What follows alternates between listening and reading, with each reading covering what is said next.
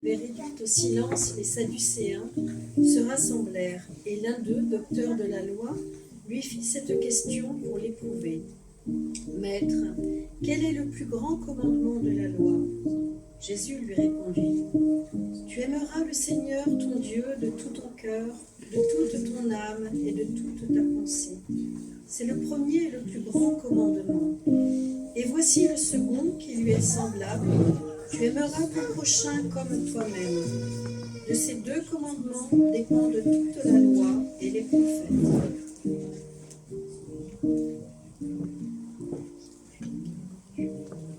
Que Dieu bénisse sa parole dans nos cœurs. Nous allons poursuivre avec le chant, un chant d'amour que je ne connais pas trop bien et je pense que Victor ne doit pas le connaître non plus, mais on va essayer de l'apprendre. C'est Erwan qui l'a choisi, donc nous allons chanter avec Erwan. Je vais essayer de chanter.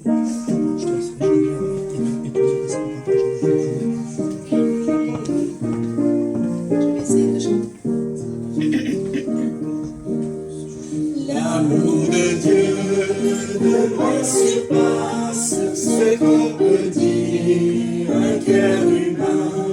Il est plus grand que les espaces, tellement l'abîme il nous atteint. Le péché de notre monde, Dieu nous donna à Jésus. Il nous pardonne nos peines profondes, il sauve les perdus. L'amour de Dieu, si fort, si tendre, est un amour sans fin. Tel est le chant que font entendre les anges et les saints. C'est de l'encre dans les ondes, changer le ciel en parchemin, tenter la plume à tout le monde et que chacun soit écrivain.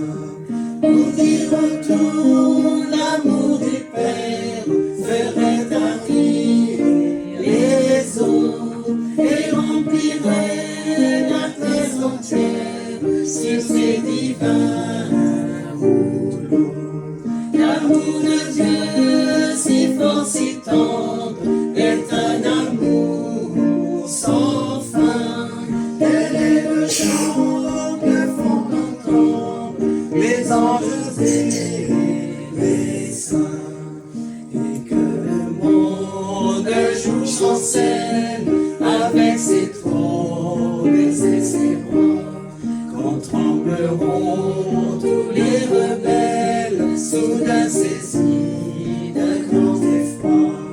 De Dieu l'amour que rien ne lasse, pour nous encore vivants. C'est le miracle de la grâce, Amen, Alléluia. L'amour de Dieu, si fort, si tendre, est un amour sans fin. Tel est le chant que font entendre les anges et les saints. Amen. Amen. Nous laissons la place à notre frère Erwan qui parlera de la part de Dieu.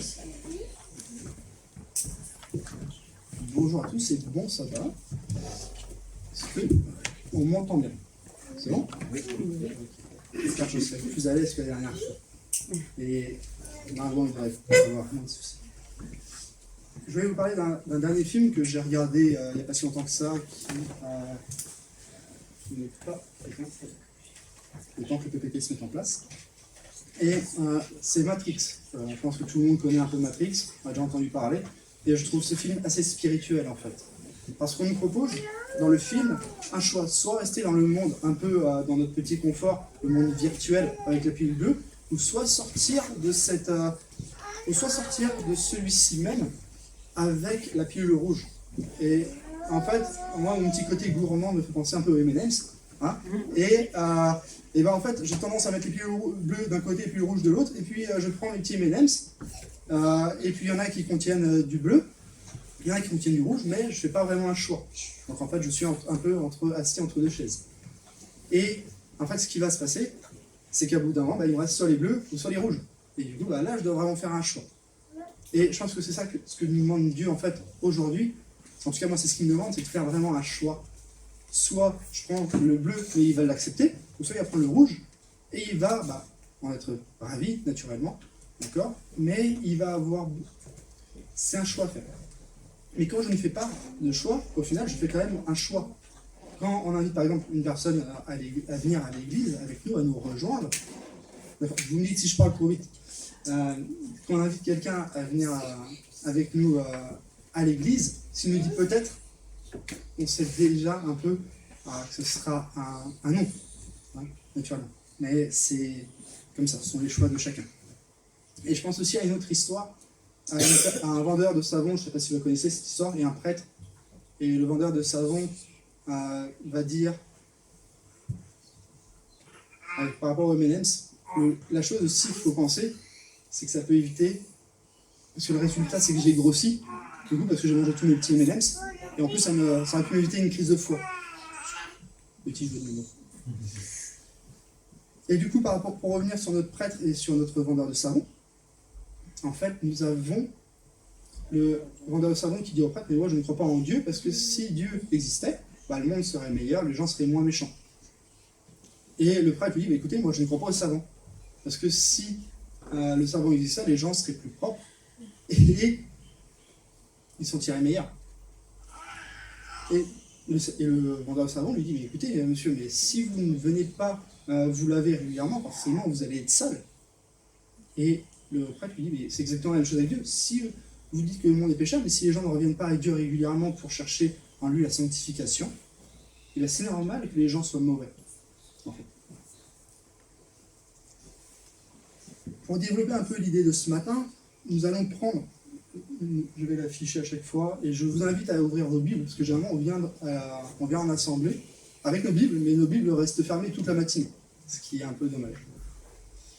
Et du coup, nous allons ouvrir à chaque fois les Bibles, et vous allez voir que sur les PPT, en fait, je fais exprès, j'espère que vous voyez tous bien, de souligner ou de mettre un peu plus gras les points un peu importants sur lesquels nous allons développer. Et du coup, nous allons relire le texte qui se trouve dans Matthieu 22 à partir du verset 34 à 40. Et il est écrit, « Les pharisiens, ayant appris qu'il avait réduit au silence les Sadducéens, se rassemblèrent. Et l'un d'eux, docteur de la loi, lui posa cette question pour l'éprouver. « Maître, quel est le plus grand commandement de la loi ?» Jésus lui répondit, « Tu aimeras le Seigneur ton Dieu de tout ton cœur, de toute ton âme, de toute ta pensée. C'est le premier et le plus grand commandement. Et voici le second qui lui est semblable. Tu aimeras ton prochain comme toi-même. De ces deux commandements dépendent la loi et les prophètes. » Nous irons à chaque fois dans Matthieu, dans Marc et dans Luc qui reprennent ces mêmes passages. Mais ce qui est intéressant en fait pour Matthieu écrit principalement pour les Juifs. D'accord ? Et il prend du coup à chaque fois l'Ancien Testament. L'Ancien Testament, du coup, où nous voyons dans Deutéronome 6 au verset 5, en gros, il faut aimer Dieu de tout son cœur, de toute son âme, et là, il dit de toute sa force. Donc là, tu ne reprends pas de toute sa force, mais il dit de toute sa pensée. Et il reprend aussi une partie du Lévitique 19, verset 18, donc Jésus cite encore l'Ancien Testament, et en final, ce sont deux preuves que malgré ce qu'on puisse entendre des fois, comme quoi aujourd'hui il n'y a plus la loi, mais c'est la grâce, ce n'est pas cohérent puisque Jésus cite l'Ancien Testament qui est la loi. Et on ne peut pas avoir de l'amour sans la justice. Et pour avoir la justice, il faut une loi. Et du coup, de ces deux commandements dépendent quoi ? La loi et les prophètes. Point important aussi, pour que l'amour, que cela soit pour le Deutéronome ou pour le Lévitique, en fait, on retrouve en hébreu le mot arabe. En fait, ça désigne un amour intime avec Dieu. Et ça, c'est quelque chose en fait, qui est très important, parce que ce n'est pas n'importe quel amour. Comme nous retrouverons dans le Nouveau Testament, nous retrouverons le mot agapao. Vous savez, il y a philéo, l'amour, j'aime la pomme, d'accord, mais il y a l'amour inconditionnel que Dieu a pour nous, qui est l'amour agapé, un amour qui est prêt au sacrifice. Et un peu de points scientifiques, du coup, au niveau de la Bible, le mot cœur, en fait, cardia en grec, et lebab en hébreu, parlera des sentiments, de l'intelligence et aussi de l'intention, ce qu'il y a de plus profond. L'âme, en hébreu, est nefesh, en fait, qui fait sa référence, vous savez, dans Genèse 2:7, où Dieu va nous dire qu'une âme, c'est un corps et un esprit. Ce qui veut dire qu'à partir de ce moment-là, Dieu nous demande de l'aimer dans notre entièreté. Pas qu'à moitié ou à 99%, mais vraiment à 100%. Et ce sera aussi le même mot psuké que nous retrouverons, qui désigne des fois une personne, qui sera traduit une personne dans le Nouveau Testament, mais qui sera aussi traduit par âme. Et la pensée dianoia, qui est intéressant, nous le verrons plus tard avec Marc. Dianoia représente l'intelligence, la compréhension, la pensée, mais aussi l'intention, le désir. Et nous terminons avec la force. La force, en fait, le mot mélode, à chaque fois que ce mot apparaît, pour avoir regardé quelques versets où il apparaissait, on voit que le point de départ n'était pas une action humaine, mais bien divine.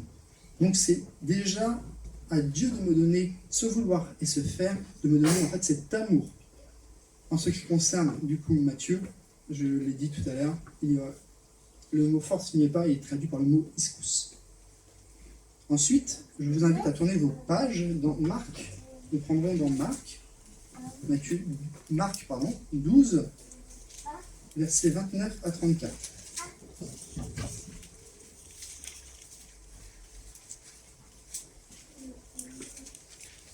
Marc, le temps que je tourne avec vous, chapitre 12, versets 29 à 34.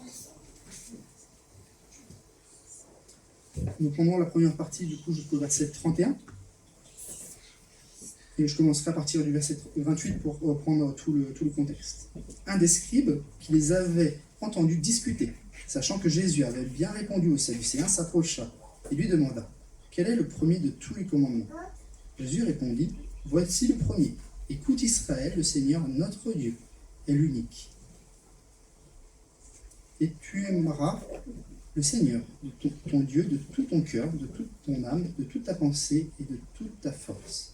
Et voici le second, tu aimeras le prochain comme toi-même. » Il n'y a pas d'autre plus grand commandement que ces deux-là. Et ce qui est intéressant, du coup, en fait, avec Marc, c'est que déjà, il rajoute le mot force, donc ischus. Et le scribe, en fait, va lui répondre, et nous allons continuer, du coup, sur les versets 32 à 34. Et nous allons voir, le scribe lui dit, « Bien maître, tu as dit avec vérité que Dieu est unique, et qu'il n'y a point en lui, point d'autre que lui, et que l'aimer de tout son cœur, de toute sa pensée, de toute son âme et de toute sa force, et aimer son prochain comme soi-même, c'est plus que les sacrifices et les holocaustes. » Et Jésus, voyant qu'il avait répondu avec intelligence, lui dit, « Tu n'es pas loin du royaume des cieux, de Dieu. » Et personne n'osa plus lui proposer de questions. Et en fait, ce qui est intéressant dans ces deux passages, c'est que Jésus, vous voyez, au niveau de la pensée, il va employer le terme dianoia. Alors que, en fait, le scribe, lui, va répondre avec sunésis. Et pour ça, en fait, il faut aller un peu dans le grec. Et c'est pour ça que c'est très intéressant, le grec, parce que, vous vous souvenez, quand je vous ai parlé de dianoia, j'ai parlé que ça voulait dire aussi le désir. Alors que sunésis, lui, dira tout simplement l'intelligence, la compréhension. Ça veut dire que ce qu'il y a dans le cœur n'est pas encore tout à fait développé. Il n'y a pas cette base du désir. Et c'est pour ça que le scribe, Jésus lui répond quoi? Tu n'es pas loin du royaume des cieux. Il n'y est pas encore. Mais il n'est pas loin. Parce qu'à quelque chose près, il peut l'avoir, mais il lui manque cette petite chose de base, qui est la pensée. Toute la pensée, mais que ça soit à l'intérieur, que ça travaille. Et Jésus lui répond, qu'il a répondu avec intelligence, sagement, d'accord, mais ça veut dire aussi discrètement. En fait, c'est le mot nunikos en grec. Et discrètement. C'est-à-dire qu'il n'a pas pris de risque. Mais le véritable amour prend un risque. Quand vous montez devant la chair, vous prenez un risque. Il y a toujours une part de stress, il y a toujours quelque chose. Et là, par exemple, le fait de moins regarder mes notes, moins lire, je prends un risque. Parce que je peux me faire, vous voyez. Mais c'est pour que cela soit beaucoup plus attractif. Et c'est très important, en fait. Et il faut bien comprendre que, aussi, dans le contexte, effectivement, quand Marc écrit, on ne pense pas qu'il y ait du hasard. Parce qu'il parlait en araméen, mais le texte est écrit en grec. Mais il faut bien se rappeler qu'il parlait en araméen. Donc forcément, il y a une transmission que Marc veut nous faire. Et il n'y a pas de hasard dans la parole de Dieu. Quand un mot est employé, ce n'est pas pour rien. Et pourquoi j'insiste là-dessus? Parce que quand on voit ce qu'est le péché, par définition, c'est manquer la cible. D'accord? Donc, quand je veux tirer, ne vous inquiétez pas, je suis Cupidon. D'accord? Quand je veux tirer et que je dois, prenons le tir à l'arc, eh bien, en fait, je dois me concentrer sur ma cible. Je ne peux pas me permettre d'avoir mon arc dans un sens, d'accord? Et regarder à gauche et lâcher ma flèche. Ce n'est pas possible. Je dois être concentré, je dois être focus. Et en fait, c'est ça que nous demande Jésus aujourd'hui. C'est d'aimer de tout notre cœur, de toute notre âme, de toute notre pensée. Et rien ne doit dévier de cela. Nous devons rester sur l'objectif, qui est Jésus. Amen. Lisons Romains 6,13. Et je vous le mettrai, parce que des fois les traductions sont un peu compliquées, même dans la mienne, donc je vous le lirai sur le PPT.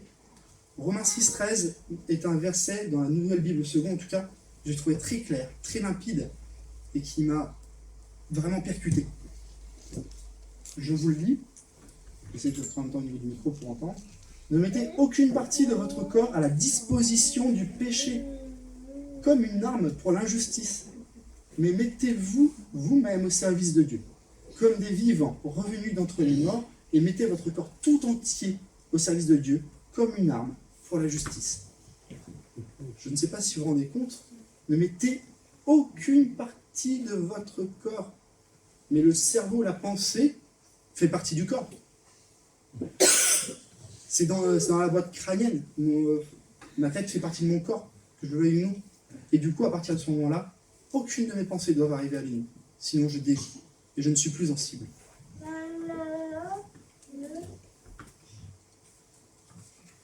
Et il y a ce que nous dit aussi notre sœur White.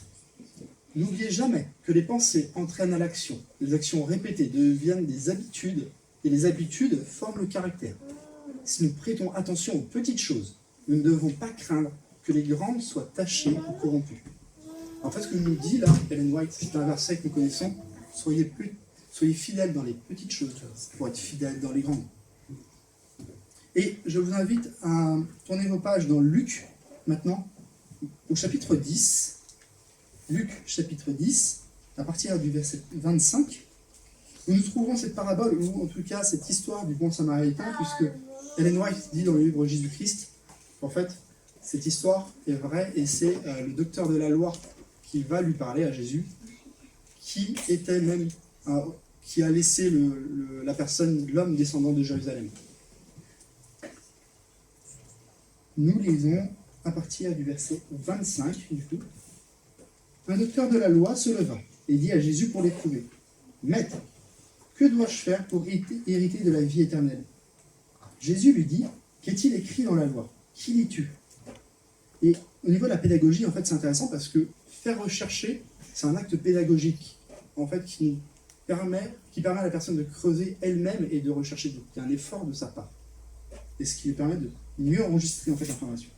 Et il répondit, « Tu aimeras le Seigneur, ton Dieu, de tout ton cœur, de toute ton âme, de toute ta force, et de toute ta pensée, et ton prochain comme toi-même. » Jésus lui répond, du coup, « Tu as bien répondu, lui dit Jésus, fais cela, et tu vivras. » Mais lui, voulant se justifier, dit à Jésus. Et quand on veut se justifier, généralement, quand on a été enfant ou quand on a des enfants qui viennent se justifier, oui, mais je cherche des excuses, c'est bien parce que ma confiance me travaille, n'est-ce pas?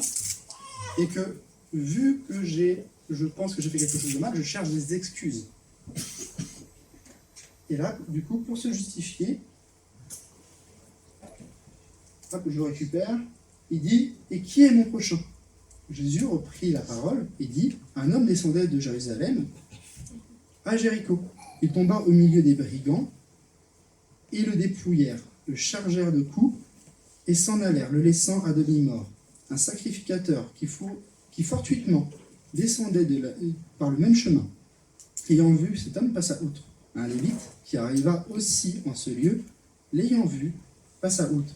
Mais un samaritain qui voyageait, étant venu là, fut ému de compassion lorsqu'il le vit. Il s'approcha et banda ses plaies, et versant de l'huile et du vin, puis il le mit sur sa propre monture, le conduisit à une hôtellerie et prit soin de lui. Le lendemain, il tira 2 deniers, il les donna à l'homme et dit, aie soin de lui, et ce que tu dépenseras de plus, je te le rendrai à mon retour. Lequel de ces 3 te semble avoir été le prochain de celui qui était tombé au milieu du brigand? Encore une fois, Jésus pose la question pour ramener à la réflexion. Et il dit, c'est celui qui a exercé la miséricorde envers lui, répondit le docteur de la loi. Et Jésus lui dit, va, et toi, fais de même. Et en fait, ce qui est intéressant là-dedans, sur cette dernière partie, c'est que le docteur de la loi n'ose même pas dire c'est le Samaritain. Il n'ose même pas l'appeler entre guillemets par son nom, par le nom que Jésus lui a donné. Il dit c'est celui qui a fait la miséricorde. En fait, les Juifs avaient vraiment horreur des Samaritains. Et le fait que Jésus lui dise et toi fais de même, imaginez quelqu'un où vous dites mais cette personne ne peut pas être bonne, c'est pas possible, et on lui dit en fait elle, il faut que tu limites. En fait, Jésus, je pense, nous appelle vraiment à l'humilité. Et c'est comme ce qu'il a dit à la Samaritaine, en fait. Il faut adorer en esprit, on l'a chanté, il faut adorer en esprit et en vérité. Mais l'état d'esprit doit arriver avant la vérité. Parce que ceux qui ont l'état d'esprit, ceux qui ont l'esprit, auront un jour la vérité. Il y en a qui s'endorment sans la vérité, mais ils l'auront au réveil, à la résurrection. Parce qu'ils avaient l'esprit. Mais ceux qui ont la vérité, s'ils ne l'appliquent pas, n'ont pas l'esprit. Parce que Pierre nous dit, dans Actes, dans le chapitre 5, au verset 32, l'esprit est donné à ceux qui lui obéissent. Et c'est pour ça qu'il faut trouver, pas la loi, il ne faut pas être non plus libéral ni légaliste, mais il faut trouver ce juste équilibre qu'avait Jésus, qui est l'esprit de la loi.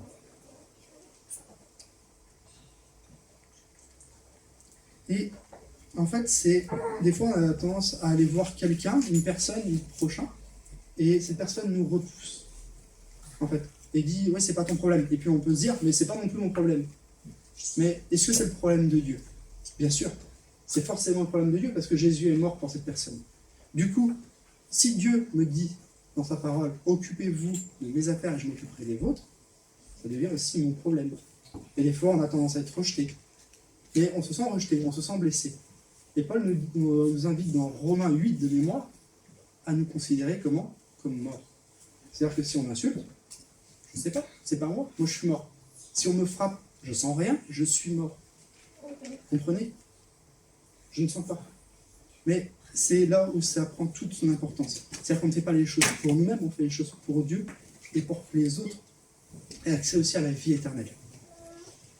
Et c'est comme des fois au sein de l'église, d'accord, on a tendance, une personne qui a un mauvais caractère, on a tendance des fois à lui dire, bon écoute, tu vas sur le côté et tu vas te reposer, et puis nous on va continuer notre truc, et puis toi, quand tu seras mieux, tu vas revenir. Mais on oublie que l'église est le corps du Christ, en fait, et que si un membre est malade, c'est tout le corps qui est malade. Et en plus, on l'a vu pendant le DS, on a vu cet aspect de couper ou de tailler. Et c'est la même chose, en fait, on doit entourer une personne qui ne va pas bien pour qu'elle puisse se sentir soutenue et qu'elle voit qu'elle n'est pas seule, qu'elle n'est pas rejetée, au contraire qu'elle est entourée et qu'elle est aimée et d'un amour prêt à prendre des coups. Et c'est ça, je pense, ce que nous appelle Dieu à faire, en fait, aujourd'hui. Moïse a eu la même chose. Rappelez-vous, où Dieu lui dit, je vais détruire ce peuple. Et qu'est-ce que dit Moïse? En fait, si tu détruis ce peuple et que tu ne le sauves pas, tu peux me retirer de ton livre de vie. Mais là, il ne parlait pas d'une mort simple. Pas la première mort, il parlait bien de la deuxième mort, la mort définitive. Et c'est là où on dit, ce n'est pas possible pour nous, mais si Moïse l'a fait, pourquoi nous ne pourrions pas non plus arriver à cela? Un amour prêt à se sacrifier. Et néanmoins, en fait, il faut obéir par amour. L'obéissance est importante, mais comme le dit Paul dans 1 Corinthiens 13, je peux tout avoir, les dons de prophétie, tout, la science, tout comprendre. Et si je n'ai pas l'amour, ça ne me sert à rien. Je n'ai rien. Et beaucoup, nous allons le voir dans 2 Thessaloniciens au chapitre 2, versets 9 à 10. En fait, c'est l'état d'esprit pour témoigner de l'esprit de la loi. Et on nous précise dans ce verset, du coup, que ceux qui périssent, ce sont ceux qui n'ont pas l'amour de la vérité. Une fois, l'amour est à la base. La vérité est importante, mais l'amour doit être la base de l'esprit. Et là, je vous invite à faire un focus sur le sanctuaire. Du coup, l'image va arriver, ne vous inquiétez pas. Et en fait, dans le sanctuaire, nous avons d'abord la porte, d'accord, avec les 4 couleurs qui sont significatives. Mais nous avons l'autel des sacrifices, d'accord. Ensuite, nous avons la cuve d'ablution. Donc, on nous demande de passer pour déposer nos péchés, de brûler. Ensuite, la mort et la résurrection avec le Christ au baptême. Ensuite, nous avons l'autel des parfums qui représente du coup la prière. Le chandelier qui a vraiment beaucoup de signification quand on voit cela, parce qu'on a les 7 esprits, donc ça représente le Saint-Esprit. Vous êtes la lumière du monde, donc ça peut aussi nous représenter nous, en fait. Et nous avons les pains de proposition avec, quand on parle des pains de proposition, en 2 piles de 6, et petit clin d'œil de Dieu là-dedans, nous avons 66 livres dans nos Bibles. Et le lieu très saint où il y a le sacerdoce, d'accord, où à l'intérieur il y a la manne, la verge d'Aaron et les 10 commandements avec au-dessus, sur le couvercle, la Shekinah, d'accord, la gloire de Dieu. Et cela nous forme une croix. Et là où je voulais en venir, en fait, c'est que quand vous voyez ici, nous avons la relation verticale, la relation avec Dieu, d'accord, qui doit être la base. Parce que sans Dieu, on ne peut rien faire. Mais, regardez bien de quelle manière est positionné le lieu saint, le lieu de sanctification. Et c'est en faisant cette prédication, en préparant, que ça m'a vraiment percuté. En fait, ma sanctification ne se fait pas auprès de Dieu. Elle se fait avec Dieu, mais auprès des autres. Parce que c'est auprès des autres. Dieu ne me met pas de coups, ce sont les autres que l'ennemi va utiliser pour me mettre des coups. Des fois, l'autre va venir avec une bonne intention, le prochain va venir avec une bonne intention, d'accord? Et je vais mal comprendre. Parce que dans la communication, il y a ce que je veux dire, ce que je dis et ce que l'autre entend. Et comprend du coup. Et c'est vraiment très important parce que, en fait, dans plein de passages dans la Bible, nous voyons que aimer Dieu, en fait, c'est aimer le prochain. Mais nous avons une base. C'est comme ces deux plus grands commandements que nous avons. Et comme qui est un résumé des 10 commandements, et nous voyons que dans les 10 commandements, nous partons avec Dieu, et nous finissons à chaque fois avec le prochain.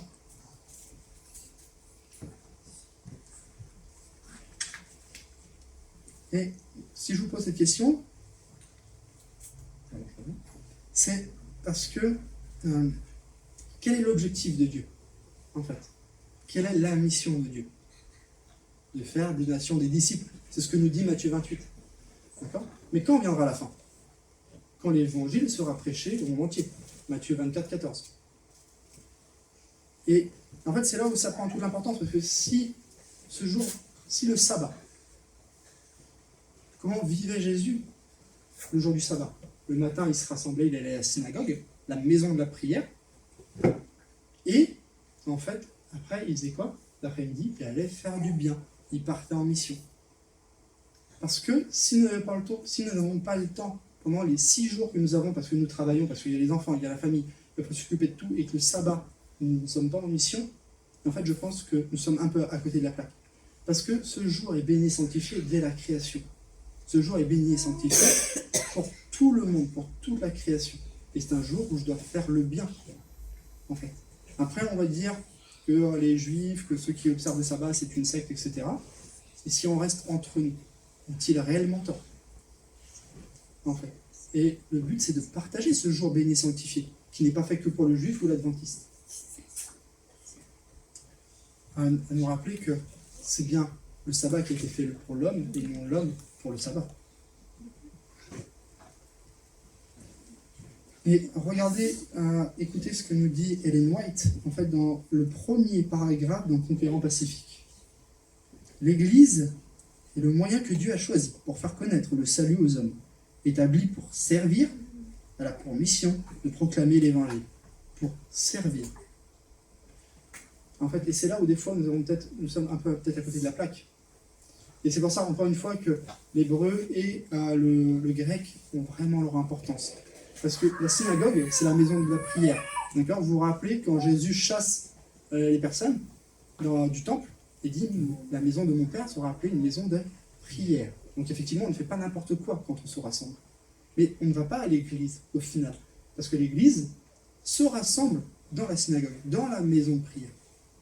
Parce que l'église, c'est chacun d'entre nous. Et c'est là aussi, c'est important. Et je continue sur le texte. Dès le commencement, Dieu a formé le dessein de révéler par elle sa puissance et sa plénitude. Les hommes qui la composent, ceux qu'il a appelés des ténèbres à sa merveilleuse lumière, doivent être reflétés par sa gloire. L'Église est la dépositaire des richesses de la grâce du Christ. C'est par elle que l'amour de Dieu se manifestera finalement de façon puissante et décisive aux dominations et aux autorités dans les lieux célestes. Et c'est aussi une promesse, parce qu'elle ne dit pas peut-être qu'elle fera, elle le fera. Mais à quoi reconnaît-on un véritable disciple? Est-ce qu'on le reconnaît parce qu'on vient le sabbat, ou parce qu'on va tout simplement à l'église, ou parce qu'on applique une réforme sanitaire? Non, c'est à l'amour que nous avons les uns pour les autres que les gens reconnaîtront que nous sommes ses disciples. Et pour les autres. Et je reviens sur le sabbat. Généralement, j'entends le sabbat, c'est le temps de Dieu. Et bien, je pense que c'est faux. Le sabbat n'est pas le temps de Dieu. Et là, dans une communauté en plus adventiste, je pense que je peux choquer. Pourquoi je dis ça? Parce que qu'est-ce qui n'appartient pas à Dieu? Tout appartient à Dieu. Mon temps, mon argent, n'est pas mon temps, n'est pas mon argent. C'est le temps et l'argent que Dieu m'a confié. Du dimanche au vendredi, c'est le temps de Dieu. Le sabbat est un temps particulier avec Dieu. Et imaginez, des fois on peut le voir, et malheureusement dans nos églises, on voit des personnes sur les réseaux sociaux, etc. Mais par contre, ce temps particulier doit vraiment avoir une consécration. Dans le sens où vous êtes, on est un jeune couple. Moi, j'attends ma fiancée, d'accord? Imaginons, hein. Et ma fiancée, je la vois qu'une fois le sabbat. Mais ma fiancée, au lieu de passer du temps avec moi, alors qu'elle peut profiter du temps avec moi, en fait, et bien ma fiancée, elle est tout le temps sur son portable en train de parler avec des personnes qui, elles, ne m'aiment pas. Vous pensez que je pourrais réagir comment à cela? Forcément, je le prendrais mal. Je lui dis, ah, mais en fait, tu ne m'aimes pas, c'est pas possible. Et le sabbat, en fait, a toute son importance, puisque dans l'évangile, l'évangile éternel, nous dit Apocalypse 14, c'est d'adorer le Dieu créateur. Et du coup, revenir à ce jour, c'est pareil, nous avons des personnes qui ne sont pas chrétiennes en dehors, et si nous étions à leur place, dehors, dans le besoin, est-ce que nous aimerions que les chrétiens sortent le jour du sabbat pour nous faire du bien? Ou est-ce que nous préférions qu'elles restent entre elles, tranquillement, en train de prier pour nous, en train de chanter?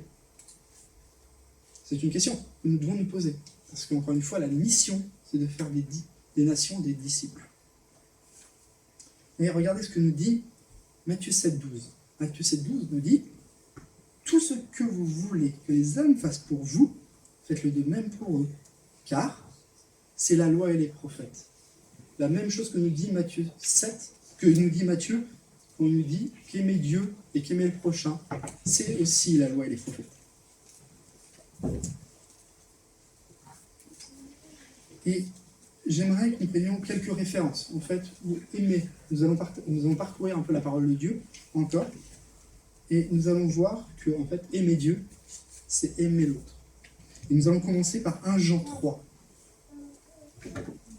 1 Jean au chapitre 3, versets 10 à 14. Lisons ensemble. Il est important que chacun puisse lire et que Dieu puisse lui parler. Parce que je ne suis personne. Ce n'est pas mon message. Je pense que c'est vraiment celui de Dieu ce matin. Donc, je commence à lire. C'est par là que se font reconnaître les enfants de Dieu et les enfants du diable. Quiconque ne pratique pas la justice n'est pas de Dieu, ni celui qui n'aime pas son frère. Car ce qui vous a été annoncé et ce que vous avez entendu dès le commencement, c'est ce que nous devons nous aimer les uns les autres et ne pas ressembler à Caïn, qui était du malin et qui tua son frère. Et pourquoi le tua-t-il? Parce que ses œuvres étaient mauvaises et que celles de son frère étaient justes. Ne vous étonnez pas, frères, si le monde vous hait. Nous savons que nous sommes passés de la mort à la vie parce que nous aimons les frères. Celui qui n'aime pas demeure dans la mort. Ensuite, nous allons rester dans 1 Jean toujours et nous allons prendre le chapitre 4 à partir du verset 20 et nous allons aller jusqu'au verset 21. Si quelqu'un dit « j'aime Dieu » et qu'il haïsse son frère, c'est un menteur. Car celui qui n'aime pas son frère qu'il voit, comment peut-il aimer Dieu qu'il ne voit pas? Et nous avons de lui ce commandement, que celui qui aime Dieu aime aussi son frère. Et j'aimerais vous inviter à aller maintenant dans Matthieu. Nous prenons beaucoup Matthieu aujourd'hui. Matthieu 25, à partir du verset 31. Matthieu 25, à partir du verset 31.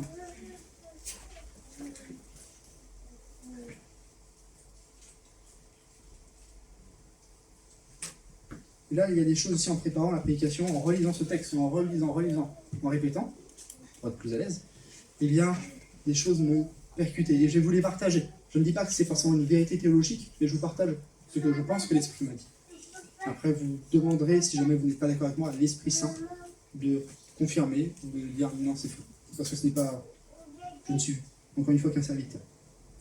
Lorsque le Fils de l'homme viendra dans sa gloire, avec tous les anges, il s'assiera sur le trône de sa gloire. Toutes les nations seront assemblées devant lui. Il séparera les uns d'avec les autres, comme le berger sépare les brebis d'avec les boucs. Et il mettra les brebis à sa droite et les boucs à sa gauche. Notons bien que là, nous sommes dans un contexte de jugement. Et ce contexte de jugement, nous sommes depuis déjà quelques années, parce que c'est la date de 1844. Alors le roi dira à ceux qui seront à sa droite, « Venez, vous qui êtes bénis de mon Père. Prenez possession du royaume qui vous a été préparé dès la fondation du monde. Car j'ai eu faim et vous m'avez donné à manger. J'ai eu soif et vous m'avez donné à boire. J'étais étranger et vous m'avez recueilli. J'étais nu et vous m'avez vêtu. J'étais malade et vous m'avez rendu visite. J'étais en prison et vous êtes venu vers moi. » Les justes lui répondront, « Seigneur, quand avons-nous vu avoir faim et t'avons-nous donné à manger, ou avoir soif, ou t'avons-nous donné à boire? Quand t'avons-nous vu étranger et t'avons-nous recueilli, ou nu et t'avons-nous vêtu? Et quand t'avons-nous vu malade ou en prison et sommes-nous allés vers toi? » Remarquez, c'est ce que Dieu m'a dit, ils ne sont même pas au courant du bien qu'ils ont fait. Ils ont fait du bien, mais ils n'ont pas été au courant de cela. Et le roi leur répondra, « Je vous le dis en vérité, toutes les fois que vous avez fait ces choses à l'un de ces plus petits de mes frères, c'est à moi que vous les avez faites. » Ensuite, il dira à ceux qui seront à sa gauche, « Retirez-vous de moi, maudits, et allez dans le feu éternel, qui a été préparé pour le diable et pour ses anges. » Pareil, pour le diable et pour ses anges, pas pour l'humain de base. « Car j'ai eu faim et vous ne m'avez pas donné à manger. J'ai eu soif, et vous ne m'avez pas donné à boire. J'étais étranger, et vous ne m'avez pas recueilli. J'étais nu, et vous ne m'avez pas vêtu. J'étais malade et en prison, et vous ne m'avez pas rendu visite. Ils répondront aussi, Seigneur, quand avons-nous vu ayant faim, ou ayant soif, ou étranger, ou nu, ou malade, ou en prison, et ne t'avons-nous pas assisté? Et il leur répondra, je vous le dis en vérité, toutes les fois que vous n'avez pas fait ces choses à l'un de ces plus petits, c'est à moi que vous les avez pas faites. Et ceux-ci iront au châtiment éternel, mais les justes à la vie éternelle. Et pareil, les gens pensent à être justes, pensent à être bien, et là, mais quand est-ce qu'on n'a pas fait ça? C'est un peu comme ces personnes qui disent à la fin des temps, mais on a libéré des démons, on a chassé, on a tout fait, on a fait des miracles, entendez? Oui, partez, moi je ne vous connais pas. Parce que l'état d'esprit n'est pas là d'aller vers l'autre, d'aller vers son prochain, de l'aimer comme Jésus nous aime. Et on va reprendre un autre passage qui est pour moi important. La parole de Dieu est pour moi très importante et j'ai vraiment à cœur de vous la partager ce matin. Et nous allons prendre dans Ésaïe 58. Et nous remarquerons à la fin de ce chapitre qu'en plus, il fait référence au sabbat.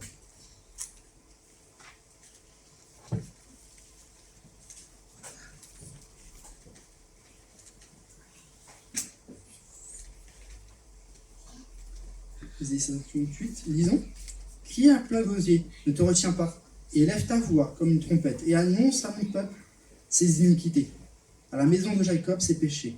Tous les jours, ils me cherchent, ils veulent connaître mes voies. Comme une nation qui aurait pratiqué la justice et n'aurait pas abandonné la loi de Dieu. C'est pareil, c'est déjà très interpellant. Que nous sert de jeûner si tu ne le vois pas, de mortifier notre âme si tu n'y as pas égard? Voici, le jour de votre jeûne, vous lirez à vos penchants, et vous traitez durement vos mercenaires. Voici, vous jeûnez pour disputer et vous quereller, pour frapper méchamment du poing. Vous ne jeûnez pas comme le veut ce jour, pour que votre voix soit entendue en haut. Est-ce là le jeûne auquel je prends plaisir? Un jour où l'homme humilie son âme, courber la tête comme un jonc et se coucher sur le sac et la cendre? Est-ce là ce que tu appelleras un jeûne, un jour agréable à l'Éternel? Voici le jeûne auquel je prends plaisir. Détache les chaînes de la méchanceté, dénoue les liens de la servitude, renvoie libre les opprimés, et que l'on rompe toute espèce de jeu. Partage ton pain avec celui qui a faim, et fais entrer dans ta maison les malheureux sans asile. Si tu vois un homme nu, couvre-le, et ne te détourne pas de ton semblable. Alors ta lumière poindra comme l'aurore, et ta guérison germera promptement. Ta justice marchera devant toi, et la gloire de l'Éternel t'accompagnera. C'est aussi une promesse.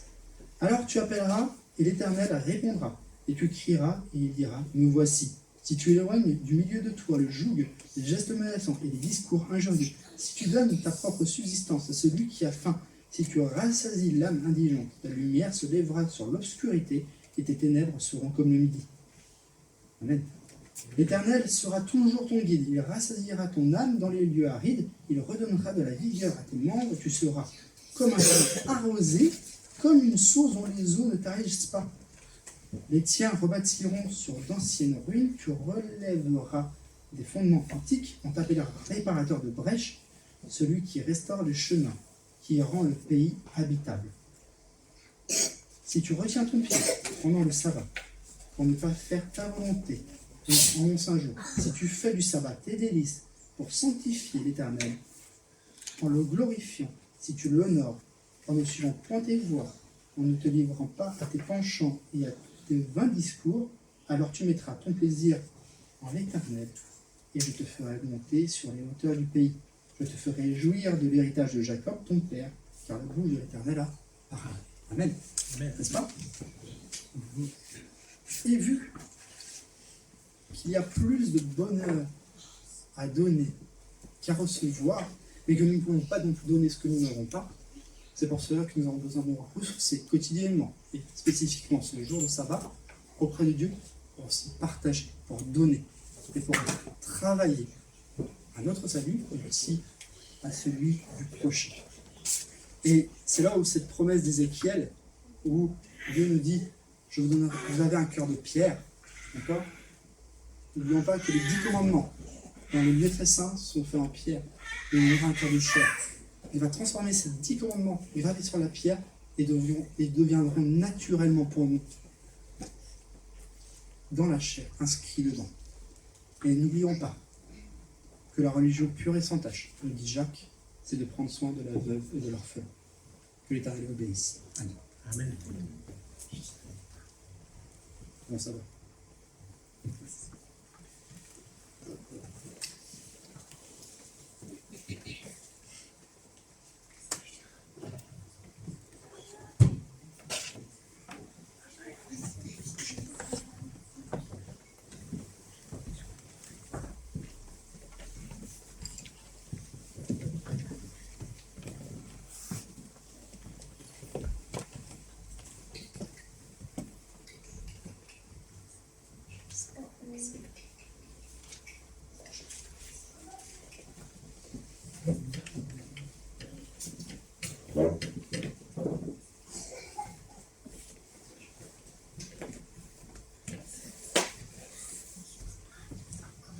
Bon, après ce message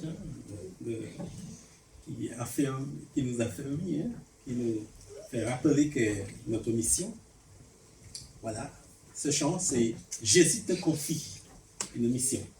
Tu attends? Ouais,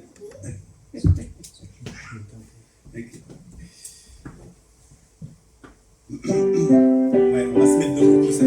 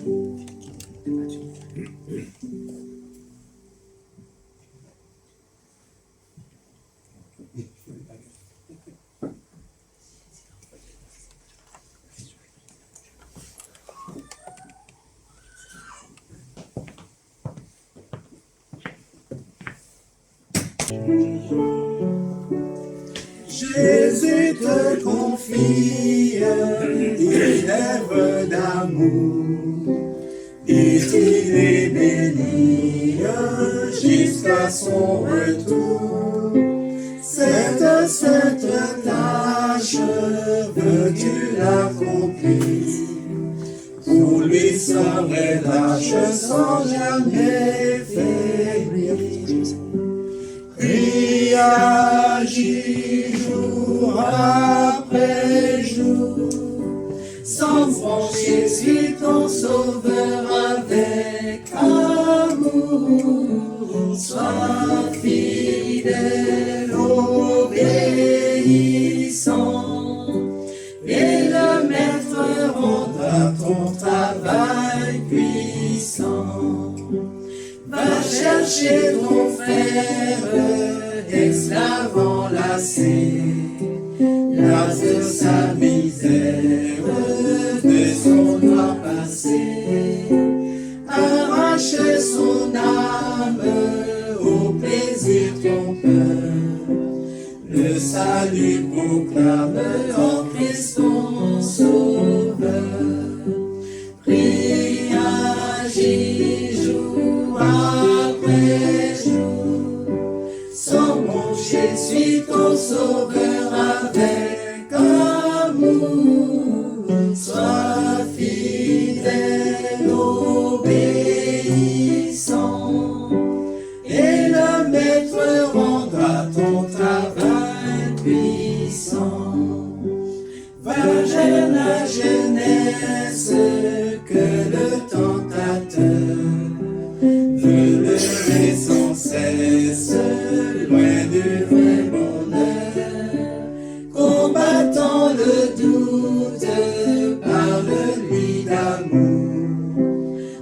montre-lui la route du ciel saint séjour.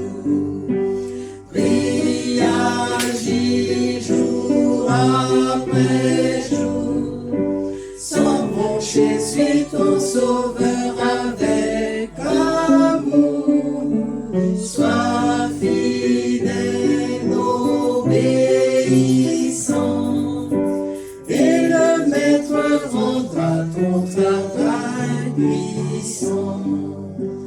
Va vers ceux qui meurent sans Dieu, sans espoir. Dis à ceux qui pleurent quand tout semble noir. Jésus donne vie, bonheur, joie et paix. À qui se confie en lui pour jamais. Prie, agis jour après jour, sans broncher, suis ton sauveur avec amour. Sois fidèle, obéissant, et le maître rendra ton travail puissant.